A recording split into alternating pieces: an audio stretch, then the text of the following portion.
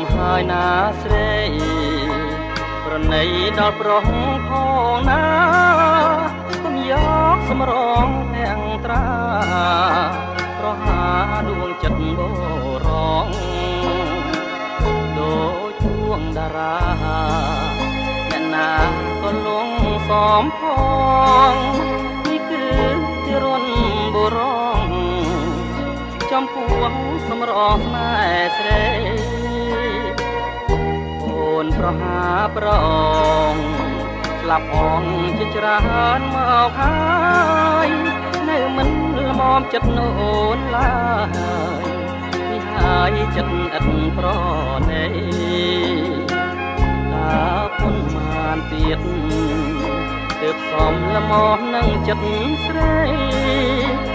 ប្រងអស់មួយផែនដីមុខជា